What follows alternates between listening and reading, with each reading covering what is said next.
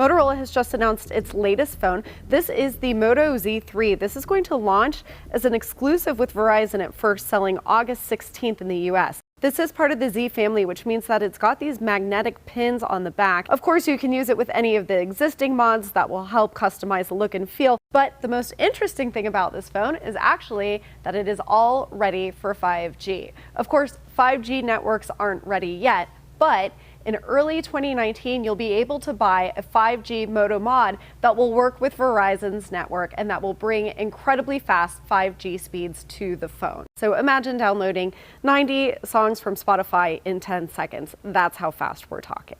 This mod you're seeing now is not the 5G mod, that's not ready yet, but it will work exactly like this. However, you're not going to be able to get that until early 2019, so here is the phone that you have now.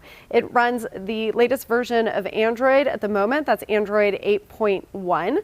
It's got the typical Moto take on the operating system, which I really like, including a new optional one-button navigation, so you can swipe and press and hold to get around instead of using the 3 typical on-screen controls. You're looking at a 6-inch Super AMOLED display with 2 12-megapixel cameras on the back and an 8-megapixel front-facing camera.